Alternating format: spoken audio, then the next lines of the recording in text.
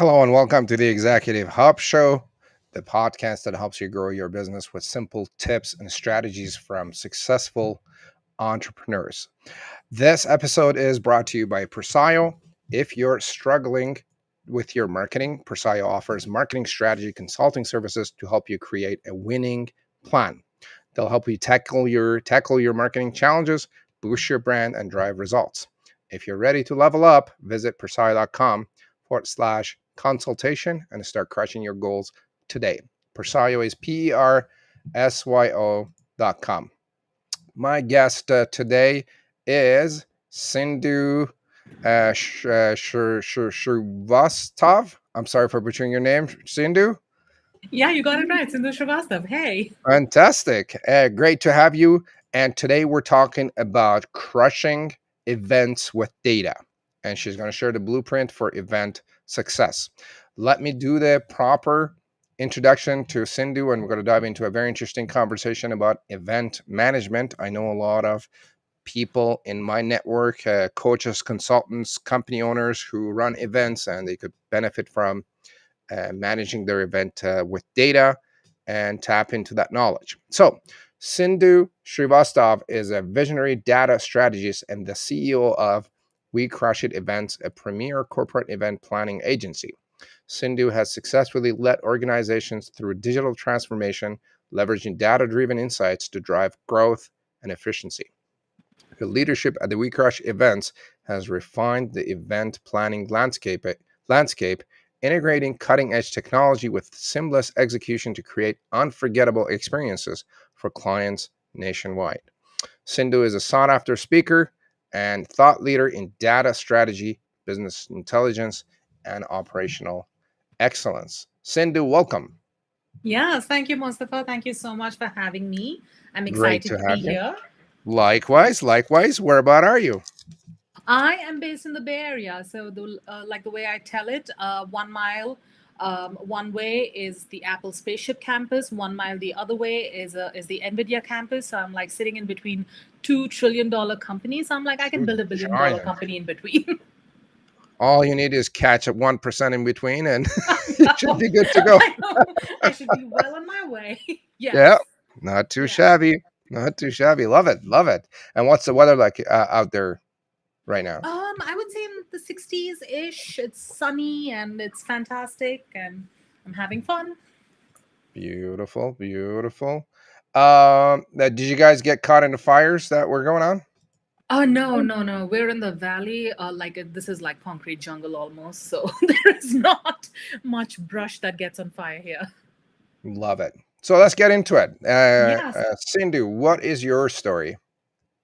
Yeah. Thank you for asking, Mustafa. My story is that I'm literally an Indian kid from small town India. That kind of made it into Silicon Valley, and now the CEO, a tech forward CEO of Inc. 5000 company, We Crush Events. We're growing really, really fast, and it's been a fascinating journey. Um, the way I like to tell my story is this, which is India has a caste system, right? Like all of us know that. When I was born, I didn't even have a caste or a religion. My mother is Christian, and my dad is Hindu, right? So it was this interreligious marriage. And I was born an outcast, literally, I'd like to say. And I'm a girl. And India has a lot of patriarchy. So my parents were very afraid for me. When I was born, my dad says that he really, like, his number one mission was to educate me so well that I didn't need a man in my life, right? Because again, like there wouldn't be a man in my life. It didn't turn out that way. Trust me. I went to engineering school where I was one of few women and I had a lot of interest, but my dad was so afraid, right? My story is again like because of what my parents felt in terms of my own safety. Right from when I was a kid, they wanted me to study really well. I ended up making it to the MIT of India. I was one of 25 women in a class of over 500 engineers at the MIT of India, the Indian Institutes of Technology, Madras. I finished chemical engineering, came to the US on a scholarship. And the way I like to tell the story is I had a full scholarship once I came in, but I didn't have money to get on the flight. because my dad had taken a lot of debt. So I borrowed money, a high interest loan from a local Indian bank, and I got on the flight and I spent my 20s really setting up my family for success, right? So I bought my parents their first car, their first house, and really was able to set up my family. And now in Silicon Valley, I moved to Silicon Valley in 2009, and I worked for three startups. All of them went public. And I believe that it's all the good that I did as a kid, right? Like, I mean, it's all the good that I did taking care of my family that now has manifested into financial success. And we're probably like top 1% or 2% of US households' net worth. So I'm like, okay, like, we quote unquote made it. And coming from very humble beginnings in small town India, that's interesting. Now I'm the CEO of We Crush Events. Even though I could have had as I'm still in Silicon Valley, I can really be successful as a techie and I have the talent and skill for it. But for me, it's about showing my two daughters and anybody who looks like me in the world, that is women of color, girls, little girls of color, that you can make it, man. Like, you can actually build a huge honking company. You don't have to believe any of the fear-based, anxiety-based stories that were told. In fact, like, I've had a journey of overcoming my own fears. I'm still in the journey. I'm afraid a lot, but it's almost about overcoming fear on a daily basis and saying you can build a huge company and be the umbrella for the company that you wish you could always work at, right? Like, where people are included based on who they are, where there is space for everyone to express their opinions, even though they might not agree with the popular opinion, where diversity is accepted, just not diversity in thinking, diversity in the way people look, in the way people bring their talents. So I really want to build a company where every talented person who can add value to the company fits, right? So that's kind of what I'm building right here. And I see a path to us becoming a unicorn, and that's what I'm focused on. I love it. Yes. So great story. Like coming from humble beginnings, coming from India, a different culture, and you were raised in a mixed culture between the two religions, Yes. and he came in with you like you said, you had a hard time securing the flight, and then you came in and you made it anyway. That's a great success I story. know. Love Yeah. it. Yeah. Thank you. Wow. Did you have a hard time in the beginning when you came in? Like, I wouldn't say, not really, actually. So, I couldn't tell my parents back then, but I was already dating my husband now, and he was my boyfriend back then, and he was already here. And let's just say he really paved the path for me. Like, when I landed here, I already had a credit card that he had added me onto. He actually helped me like secure a home and this, that, and the other. So he really helped me out. And I'm married to him today. We have two little kids. So love. I spoke. So you guys knew each other before you landed in? That is right. Like, we both met at the MIT of India. Like I said, I was one of 25 women in a class of over 500 engineers. So you can imagine the amount of interest any girl in that class got.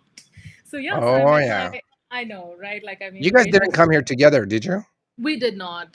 My husband Rahul, he's a couple of years senior to me in school, so he came 2 years before I did, and we did long distance. And yeah, like, so. But when I came here, he was already here, so he had, like, I didn't have to like He was struggle well getting. established, I guess. Well, he was also a student. We were both poor graduate students, but at least he kind of knew the process and the ropes. Yeah. So it wasn't like I was struggling. And I knew the language. Yeah. So, um, yeah, not really. Like, once I got here, it was fine. It was just the financial trouble and trauma of, because I had a full scholarship, but I still needed the flight ticket and I needed to pay food and board for the first month. So that was the more concerning part. I love it. I love it. The humble beginnings. It's so I was pretty much on the same boat. Like an immigrant here in Canada, tough times. So I think I hear, but I didn't have a girlfriend when I landed that was here before. So that was very smart of you, to I have don't know someone about that's been here smart. for a Like, I couple years. mean, You know, I just lucked out. Lucked out. yeah, good for you. All right, so Yeah. what inspired you to start We Crash events, and was there like Yeah. a specific moment or idea that sparked it? Yeah. So, I do want to share a little bit of history, right? Okay. If you kind of think about this small Indian, small town Indian kid who gets into the MIT of India, I would say that journey had very little compassion and empathy. And to put that into context, every time I didn't make it to the top of my class, I got a solid beating. right? And there was, I still remember, like as I was at a coaching center to get into one of the IITs, I literally got slapped as a 17-year-old or whatever, right? Like because I was not doing math, physics, and chemistry well enough. So I would say that there was a lot of like physical abuse and related trauma, because when people do that to a kid, it's telling the kid you're not worthwhile until and unless you achieve a certain XYZ, right?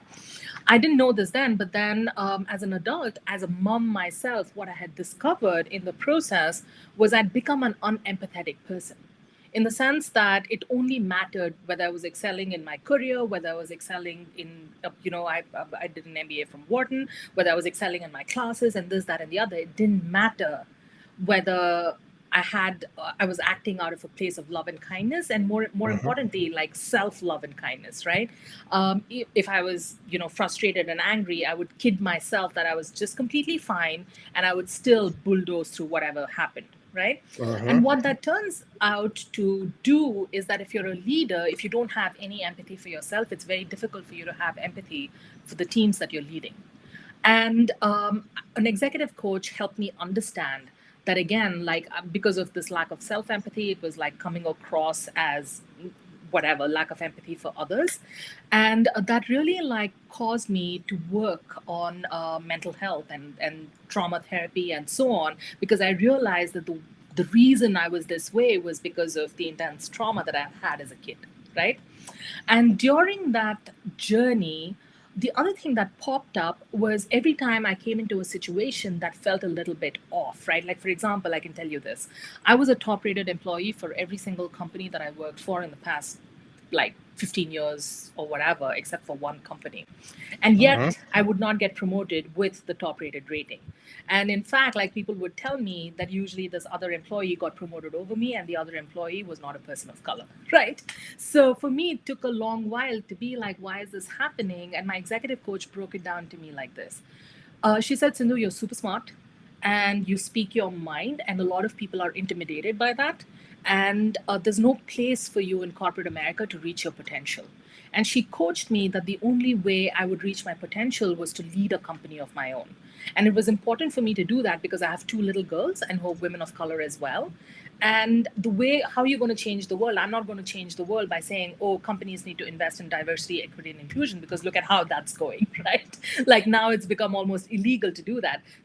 The solution for me was, I'm actually going to compete out in the open market and really lead a company and grow a company to be the best it can be, and provide an umbrella for what I want to see happening at every company that I've worked for, which is that people with diverse ideas come together and are able to voice them without the fear of retaliation, without the fear of anything, because that's what like really takes a company to greatness. And I think I've proven it, right? Like I came in, we crush events, like we grew about 2x year over year last year. We're part of the Inc. 5000 a list in 2024. We have an aggressive goal this year, and we've had the biggest January so far in the Good for history of you. We Crush events right now. And I'm like, how did we do this? And I really believe the reason for all of this success is, again, having a company that values diversity. I'm not expecting every employee to agree with me. If you don't agree with me, please tell me why, and we'll try to like discuss and come to a solution that works for most, if not everyone, right? So that's the Yeah, company that I lead. And if something is awry, I want to know it's awry. And I will not take personal offense if people are saying something could be done better, right? love it. Yes. Love it. Great story. Love it. So, so I guess if you are, I think, correct me if I'm wrong, you're more of an alpha female. Okay, Yes. might be. I mean, as a leader, you might have alpha person. I mean, you're leading a company, you're doing pretty well. And if other men see you as a threat, hence they don't promote you when you're working with them, their company. That's probably why they're like, you know what, I don't feel comfortable because she's stronger than me, and I'm not going to promote her, right? So Or you make them. it could be, or it could be a sense of safety as well, right? Because as corporations in the world, we have not enabled, like, think of it this way, right? If I'm a man leading a huge honking team, and now some analytics leader comes and tells me that I have been making non-data Mistakes. driven decisions, and I could be doing so much better, I can say, man, I've been operating suboptimally so far. Or I can be like, this woman is super aggressive. She has no place to tell me what I'm supposed to be Right. doing and she needs to go. Right. And Yeah. what you do says a lot about your security as a person. And our society so far is not has not come to a level where real security, where you can actually look at people who are challenging you and say, maybe they're trying to help me, and maybe by doing a both and by listening to what they have to say, I can do better and I can lead this team better. There's a lot of insecurity that comes and says, oh, like, I know what I'm doing and she's the one that doesn't understand. So do you see what that leads? So there's this safety issue. So it's not so much about she's a female and she's alpha. It's like, how dare she come and tell me what I need to be doing when I'm this big honking honcho, Yeah, right? they don't feel safe. I think these are mostly insecure people that they feel probably attacked. Once you tell them, look, you got room for improvement, they're like, oh no, I'm awesome, I'm the best, I'm doing the best that could be done.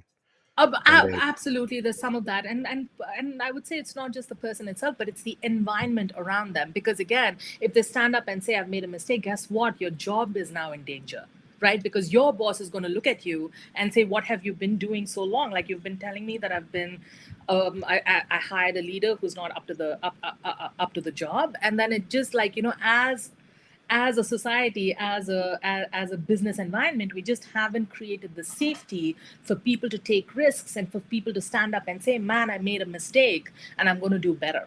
Right. I mean, for it's not sure, well accepted. for sure, for sure. Yes. So, what do you do these days, and who do you serve, and what do you do for them? Yeah, so that's a fantastic question. Thank you.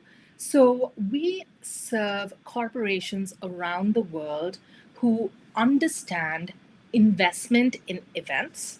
And when I say events, any gathering that brings people together, right? So think of a national sales meeting where it's just not the sales team that's coming together, but it's everyone that's partnering with the sales team, the product teams, the marketing teams, all of the teams that partner together. And they actually gather together to connect with each other and to develop a shared vision. So we work with corporations who invest in events to bring their people together, whether those people are employees, customers, partners, and shareholders, because they understand that a company that is connected to its people is going to generate more revenue and more profit than a company that is disconnected from its people, right? So, I want to say one more thing about this, which is that a lot of people look at corporate events and say, oh, like, if I have extra money, like, I'll bring my employees together. Not realizing that the cost of not bringing your employees together is a disconnected workforce. And Yeah, most companies, your workforce is one of your top line cost items. And if you aren't driving efficiency within that workforce, like, it's almost like you're being penny wise and pound foolish. Same thing for customers, right? So if you don't have a customer summit that brings your best customers and prospects together to celebrate their relationship with your company, again, you're leaving money on the table because you have just now lost an opportunity to showcase your brand and your products to your best customers, right? So we work with absolutely. corporations that understand the power of events to generate a return on investment and to do it in a data driven fashion. And I can go into what that means as well. Absolutely love it. I mean, in my experience, a lot of corporations have corporate politics and backstabbing because their team doesn't get together and they don't have a shared vision. And so the coming together gets people to connect. And then once they become part of the, say, planning process and they share the goal and own the plan, that's amazing. And another thing you mentioned about bringing customers together, that's like, hallelujah, you're speaking my language. It's like bringing customers back and, part of the customer retention process to nurture them, get referrals. It's amazing. So, what is the problem that you solve? I know we touched on it, but what specifically is the problem that you solve and how do you solve it? Yeah. So I would say the biggest problem that we solve for our customers is event logistics, right? Our customers, companies Okay. are always going to know their customers way better than we do, right? So we essentially provide an event logistics service that pinpoints the best Hmm. locations for our customers to have their events. So let me describe a simple problem to you, okay? Just say I'm ABC Corporation. As ABC Corporation, I have a global footprint of customers. And not all of my customers are created equal. Some of those customers have the potential to have a high customer lifetime value, which means they're going to be super valuable customers. Now, these super valuable customers may or may not live all in the same geography, which means if I'm now going to bring my most valuable customers together so that I can maximize their potential value with my company, I have to find a location that works for everyone. Like, how Yep. do you know what works for everyone, right? So, there's a lot of data driven mapping that goes based on the customer list, their location, and the best energy center for those customers to have a meaningful experience. So I can give you energy centers, right? Like Sedona, for example, has a very peaceful spiritual energy center. And I Yep. would say if you're having a board retreat where it's a very contentious discussion with the management and the board, Sedona is the place for you to go because you need that spiritual centering almost to really come to life. If it's very energy based and you want like a high energy, high voltage type situation, maybe New York is the place for you to go with all the vibe and the energy. So every place has a vibe and an energy, and it's almost like a multi-dimensional math problem because it's almost the energy of the location and the experience you're able to create with the venue, because again, a Margaritaville is going to have a very different vibe and energy from say a Venetian in Las Vegas, right? So it's feeling that energy and saying how does this company's business goal be best served by the kind of experience we're trying to create. And we work with our clients to say, this is the location for you based on your customer mapping. This is going to be the most cost effective location for you. Because again, when you talk of spiritual centers, you can either go to Sedona or you can go to the Himalayas, right? And you can be like, what is more cost efficient based on the global footprint of my company, and where do I want to bring these people together, right? So that's kind of what we do for our customers, and that's very data driven based on, again, your high value customers, their potential lifetime value, mapping out where they are and mapping where the best locations are, and within the best locations, where the best resorts, venues, what kind of food they're going to eat, what kind of experiences they're going to manage. So we basically map out end to end event logistical planning. Love it. So you manage the whole nine Yes. yards. And I'm going to add one more thing as well. The other thing that we do is we write measurement plans prior to the event. So we actually sit with you and say, what are your business goals with your event? And this is a service, it's not free. If our customers buy this, we'll provide this for them, where we'll say, what are your event goals before the event?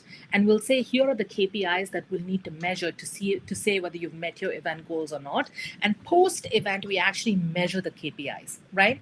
A good example is a customer summit. If you're like, I have X number of prospects coming to my customer summit, we actually map where the prospect is. Are they at the awareness stage? Are they at the consideration stage? Are they at the try buy stage? Where are they before the event and after the event at 30 days, 60 days, 90 days?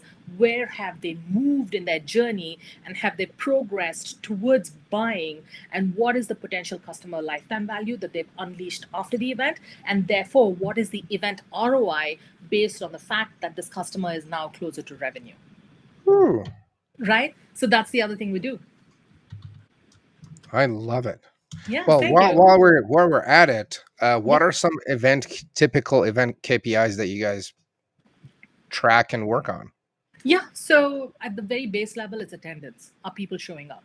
Right. And at the very high level, it is ROI. How much did you spend for this event? And what differential in customer lifetime value did you generate? And was that worth your while or not?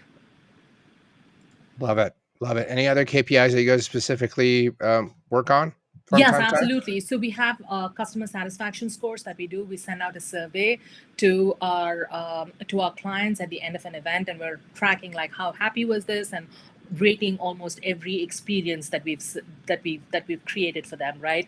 Was the entertainment on point? Was the food on point? Was the location on point? And so on. So we have this multi-dimensional approach to our events, and we're trying to measure every single dimension, and we're very high touch experience.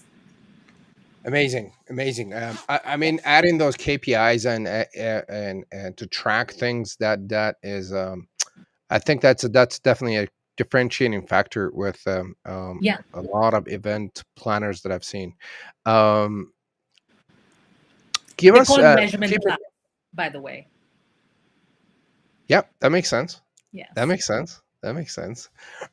So, give us an example of a client you worked with. How did you find them, and what was their challenge? Obviously, keeping their privacy, like a case study for us.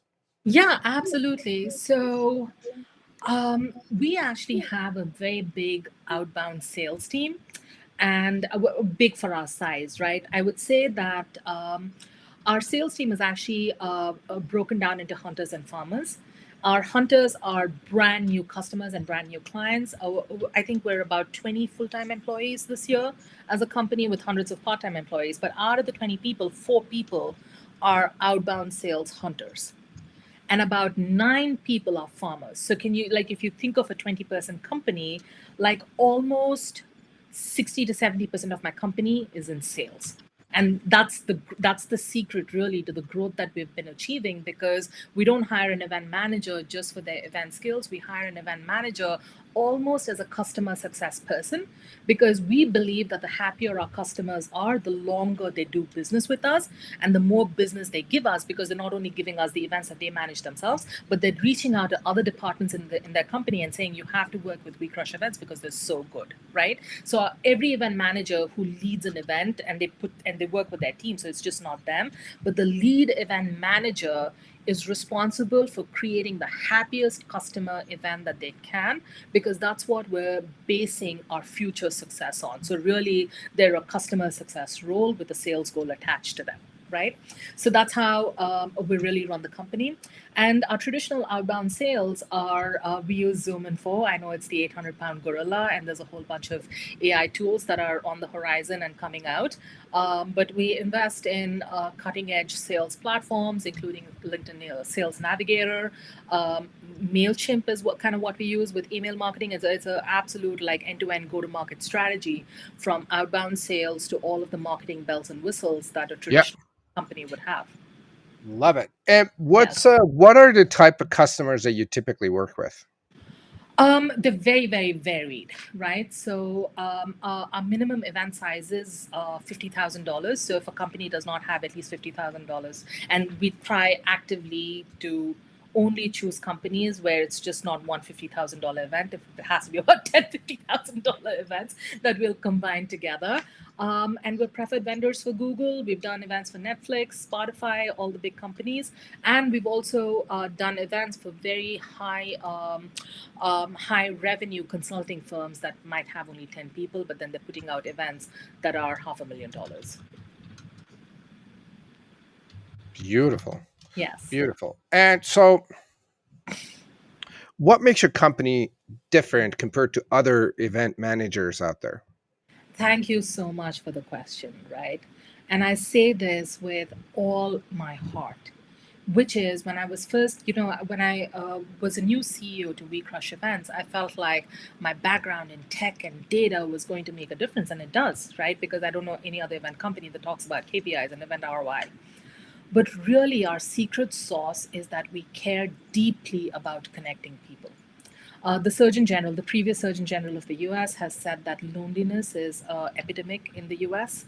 And we care so much. Like, if you say, Sindhu, what is the number one thing you achieve at your events? It's making human connections. Like, we bring a whole bunch of people together, and we create an energy and environment that allows them to connect and form relationships, and that creates deep business successes that are long lasting. And I don't know anything else that does this. Like, I think, some business leaders tend to miss that business at the end of the day is based on relationship. And we take that very seriously, and we try to create as many human connections as we can with all the events we organize.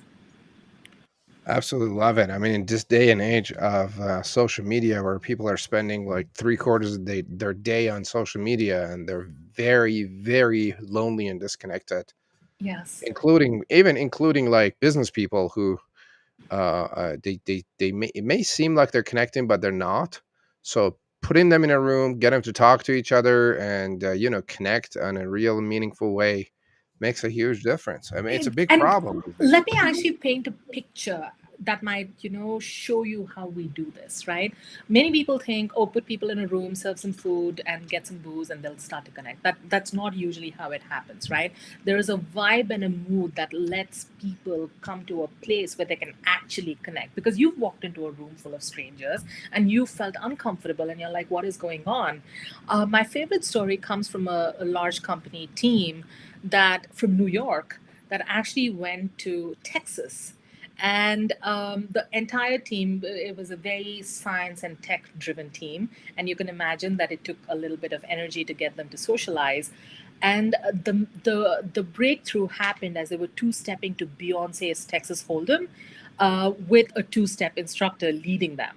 And you should have seen like an entire team of white collared scientist types like really like letting their hair down and learning to two step. It was a sight to behold, and not many people kind of realize what this can do, because I can assure you that the team went back to office as more intimate acquaintances Hmm. than when they showed up. And the creativity and the collaboration was free flowing even at the event, where the client extended the event time way past midnight. So it was supposed to end at midnight and went on till 2 a.m. And they extended the venue, and the venue fees are not they're not linear, right? So they paid super exorbitant amounts just because they saw how much collaborating was happening with the team there. Got it. Yeah, that's Yes. amazing. I mean, I've always seen only good things coming out of these company events, where people connect, have fun, they get out of their environment, they get to know each other and connect in a more meaningful way. Getting to know each other part, I think, is a very important aspect too. Where they're like, "Oh, I didn't know you do that. I didn't know you had that. I didn't." There's a lot of I didn't knows that I'll pop tell up. you this, right? As a CEO today, I can tell you this. One cannot build a thriving company based on a scarcity mindset, Yeah, right? All the money saving mindset is a scarcity mindset. And you cannot build a thriving company with a scarcity mindset, because your team can smell the scarcity and they're not going to get the bright, brilliant ideas that gets the company to back to thriving again, right? So you have to fill the energy of a company with abundance almost, even if it's like a smaller team, but you have to fill it with abundance to kind of come back to thriving again. beautiful. I love what you said. You cannot build a thriving company with a scarcity mindset. Yeah. So true. Yes. Yeah. Hmm. Beautiful, beautiful.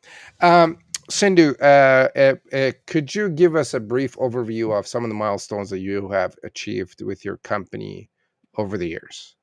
Yes, absolutely. I will say this, right? I'm a new CEO. Like I acquired my company in 2023, and I'm an Ivy League MBA grad. I went to Wharton. I have three startup to IPO stories in Silicon Valley. By many measures, I guess I'm decently smart. I went to the MIT of India and so on and so forth, right? I bought this company and I was like, oh, I'm going to do so well. The reality is that I spent the first 3 months of my time as a CEO crying on the floor every single day, right? Um, Going from a startup world where there's some uncertainty, but at least your paycheck is assured, and you're not like, in my case, I had left IPO stock on the table to come acquire this company. So I felt like I'd made this big honking sacrifice, and my Silicon Valley tech career was like gone, and this, that, and the other. All sorts of horror, scarcity mindset stories I told myself, right? Like today, I sit and preach you can't build a thriving company with a scarcity mindset. Guess how I know? Because I was that bloody scarcity minded person, right? And the first milestone was really getting myself out of that. So, with a lot of help, I had to work on my mental health. I had to go back to one of the founders, and she came, and she's my head of sales now. And I call her all the time, and I'm like, dude, you saved my ass, right? So literally, it's like the energy that she infused with the company goes a really, really long way. So the first milestone was really, can I say, overcoming my own fear Hmm. and earning the right to lead, almost, because again I had to grow in a certain direction, and I literally had to change as a person to earn the right to be CEO of We Crush Events, and that growth still happens today. Like if you said, Sindhu, do you think you're the best damn CEO? Absolutely not. Like I have so much to grow, so much to learn, so much to do better, because fear is a recurring thing. The first year was actually a decrease year over year from the previous year, right? I think we decreased by 10 or 15%, which was very, very scary. And for an overachiever like me, it was just like murder. Right? Like, what the hell did I do? But the very next year, actually, we doubled our growth, and we did really well, and mostly because, again, like creating that template, you cannot have your best ideas in a place of fear. So it's almost like overcoming, again, your fear to come to a state of, there is abundance there, and there's so much opportunity there, and choosing to look at the opportunity, choosing to build processes, build teams that can unleash that opportunity. It requires a certain mindset, and I would say that was the second milestone. And the Inc. 5000 award was the third milestone. I actually gave the keynotes, well, not the keynote, but like I was, I think, the second speaker after the keynote or whatever at the Inc. 5000 conference. And it was amazing sharing my story with thousands of other entrepreneurs. So We Crush Events has had tons of many milestones, but here is my favorite. My favorite milestone is one of my employees. She was super talented. Her interview went really, really well. And as we were making an offer, she said, Sindhu, I'm 3 months pregnant. I'm like, does that make you any less talented? And she was like, no, but I just want to let you know. So, long story short, she crushed her quarterly goals before her maternity leave, like 6 months into the thing. She took a 6 week maternity leave, and we did like a fully paid maternity leave for her, even as a small company. And now she's come back, and now she's been promoted to our regional manager of the East Coast. Right. And to all the moms who are like, do I need to choose between my career? And she has a months old baby, and all of this happened within a year because we just saw the potential in her and knew how she'd lead. That's a huge milestone for me, to be able to recognize the talent in a talented employee, irrespective of, are you a mom, are you whatever, person of color. Like, I mean, it doesn't matter. It's like, can you get the job done, and can you actually lead your team to success? And if you can, like, more power to you, right? So I would say that was a really, really huge milestone for me as well. Love it. Love it. Those are Yeah. great milestones. So, what would you say are some of the challenges that you faced while reaching those milestones? Me myself, like, it's like Getting I can't yourself out of the way. get yourself out of the way, right? And not like, I think as a human being, it's very easy to look around and say, oh, it's like somebody else's problem. Like I could have looked at my childhood and said, oh, all of this childhood trauma, and that's why I can't perform, and so on. The thing that I learned is that as a fully grown adult, it's really your responsibility. And so in my case, my responsibility to overcome every single challenge I've faced in my life, right? So if I'm living in fear, if I'm living in anxiety, whose problem is it to fix? It's my problem to fix. Like I have to Hmm. go get the help, go into therapy, CSI, whatever I need to do, get the coaching, build a village that can actually help me, like eat humble pie, like going back to the founders and saying, dude, I'm run, like, I'm not doing a good job with this company. I need help, was the most humbling thing I ever had to do, especially like if you talk again of the Ivy League MBA and three IPOs and whatever background that you come with, right? So it's like nothing is, as an entrepreneur, you pull every stop at your disposal to build success for yourself and for your company. So I would say that was the biggest lesson that I've learned. Like, one, being aware of my own feelings, being able to recognize when I'm actually acting from a place of fear and anxiety and Hmm. frustration, understanding it's unhelpful. Like, whatever decisions I'm going to make from that fear based place, is unhelpful. So literally, I will do daily meditation. I mean, before a tough meeting, I'll like excuse myself 10 minutes early. I will sit and meditate so that I can reach a state of grounding Yeah, before I move into a difficult conversation. And it's literally sure. building that mental health to take care of yourself, because you're serving nobody if you're kidding yourself saying, "Oh, I'm like awesome," when you're really not, right? Love it. Yeah. Love it. That's amazing. Being aware of your feelings, meditation to, calm your mind down, and so you're in a place to serve and support, and dealing with yourself. Love it. That's amazing. And those are common things with, I think, most entrepreneurs. Dealing with yourself is the biggest thing. I know. And like, I've seen my fair share of entrepreneurs who'll be like, oh, my team is not performing, or this, that, and the other. And for me, when like to me that looks like you're putting the blame outside of yourself. And when you put the blame outside of yourself, the accountability and responsibility also goes out of yourself. But Yeah, it's no, like if your team is not performing, you're accountable and responsible for it. So what are you going to do, right? So it, exactly. it always needs to be a what am I going to do question, not what somebody else is doing question. Love it. Absolutely. So, what would you say is holding you and your business back right now? Nothing. We're not held back. We're growing like crazy. Yeah. Yeah. Would you say, if you had, say, a magic wand for your business, where would you use it right now? My AI platform would be already built out, and we would be having customers on a subscription, software as a subscription basis, and we would have like at least like 100 customers paying us our ARR, and we'd be set and going. What was the platform you mentioned? Yeah, so we're actually building an AI platform that'll take AI platform. Okay. data from customers, employees, partners, and shareholders as input, and tell a company how connected it is to its customers, partners, shareholders, and employees, and what sort of experiences will improve those connection scores. Beautiful. Yes. Beautiful. When is it coming out? I'm working on the MVP right now, and we hope to have two paying customers by the end of the year. Those are my goals. Beautiful. Beautiful. Yes. Yeah. Are you a much of a reader at all? Oh, yeah. Tons. Beauty. Give me two of your favorite books of all time. Yeah, so I really love the Life Visioning book by Michael Beckwith, because a lot of people, especially right now, I think especially after COVID, they're like, oh, is this what I'm meant to do in life? Like, how do I know what my calling is, and this, that, and the other? And yeah, the Life Visioning book by Michael Beckwith is a fantastic book to really help you like visualize your life and what you want to do. So I really recommend it from a visioning perspective. I would say, I have many, many, many favorite books. My second book that I think helped me a lot, like I'm going to choose two and you can do whatever. I'm going to give you three. The second one is called Burnout.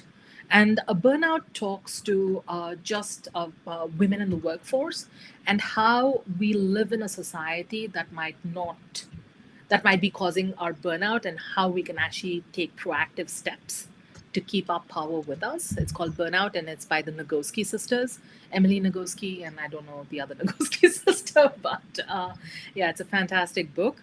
And my third book is called The Body Keeps the Score. And The Body Keeps the Score is by a Harvard trained doctor who I think founded the trauma center for the veterans coming back from war. And it illustrates how our mental trauma manifests as physical illnesses in many cases. Yes. And I think most of us we're very comfortable taking a day off if we have fever, but then not so comfortable if we're having, say, a day of anxiety. And it really puts it into focus on what we can do to manage our mental health, which Yeah. is fantastic. Yeah.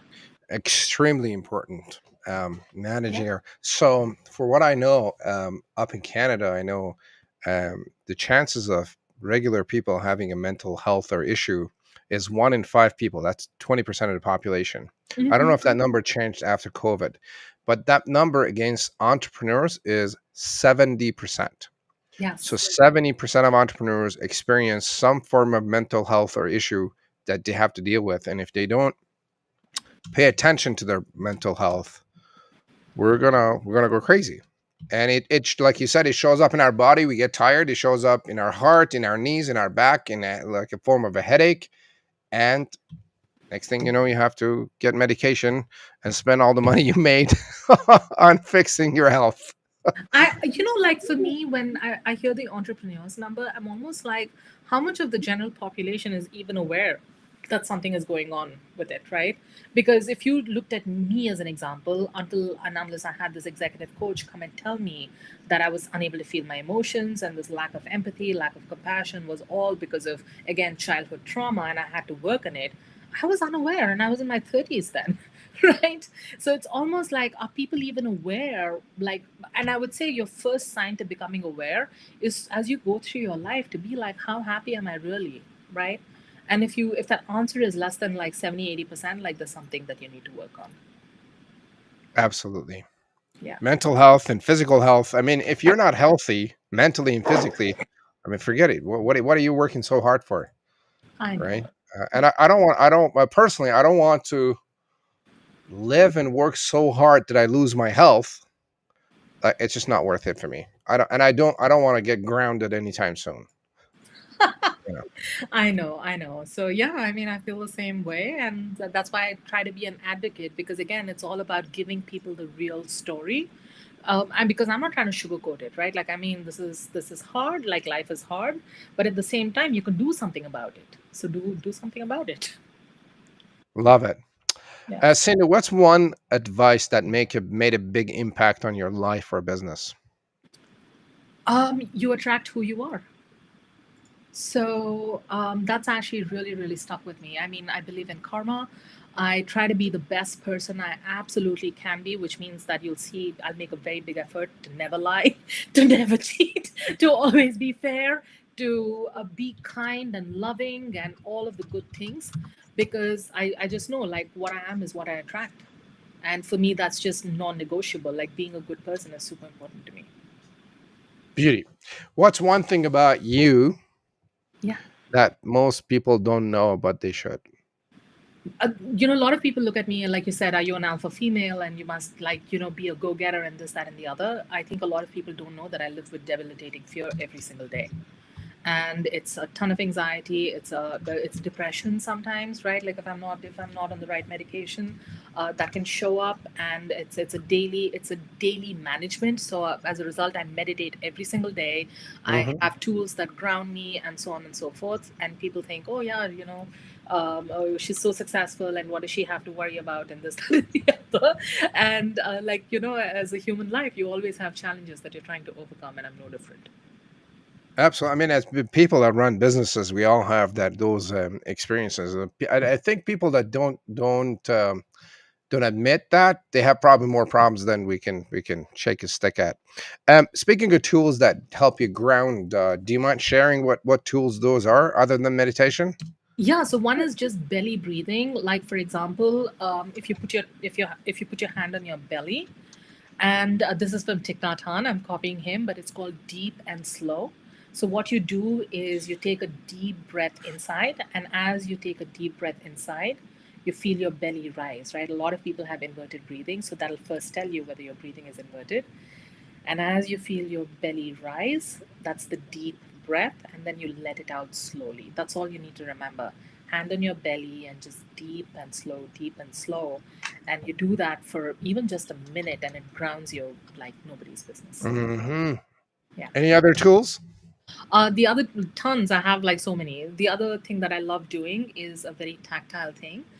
So if you're wearing slippers, kick them off and then feel every single toe that you have from your little pinky all the way to your big toe, and go round and round for about a minute. And just the act of feeling your toes just grounds you, like literally grounds you onto the ground. So Beautiful, yeah. beautiful. Is there any question you think I should have asked but I didn't that might add value to people that are watching or listening? Um,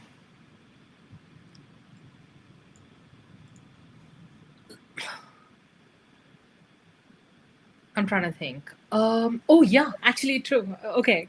I am a mom of two little girls. And I know a lot of parents will say this, but I truly have the best amazing children ever, right? Like they're role models for me. I just look at them every single day and I'm like, how did I produce these children? They're responsible, accountable. Oh my God, amazing. And I would love to, I'd love for you to ask me, like, how did that happen? Or what role did I play there? Sure, tell us and give us the question and the answer. Yeah, so I'm from the Indian community, and I'm Christian too, right, from my mom's side. So a lot of it is like spare the rod, spare the child, and people need to be disciplined, and this, that, and the other. I actually read a lot of parenting books. Thank God I did, because then I could have like really screwed my children. And it was like one book was called Brain Rules for Kids. And Brain Rules for Kids is all about, it's not about spoiling the child, it's about literally loving the child. Like, even if there's a tough conversation to have, as long as the intention of the conversation is love based. Like, I love you so much, and I'm going to make sure you feel that I love you. So, let's take an extreme, right? Say I have a teenager who's into drugs, right?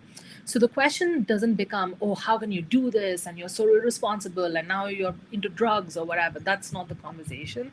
The conversation needs to be, tell me about the pain that you're numbing with drugs. Like, what pain are you feeling such that you need to numb it now with drugs? Do you see the difference?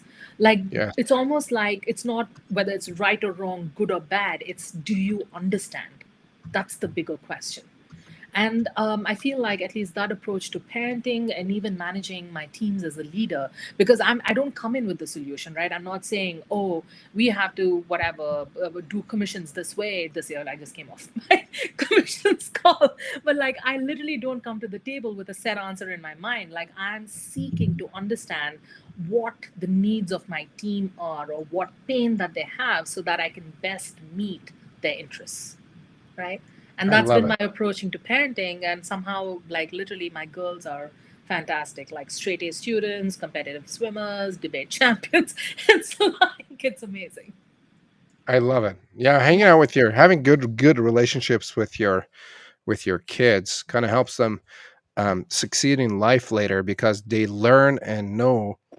what a good relationship is, and they know what they should expect in their life from Yeah. other people in terms of the quality of the relationships Yeah. that they're having. So, literally, a Especially, I lot of guess, for times, girls. Sorry. yeah. So, a lot of times, my kids will come and say, Mama, is this good or bad? And I'm like, I don't know, sweetie. Like, tell me more. Like, I mean, I want to understand, even before I go to good or bad.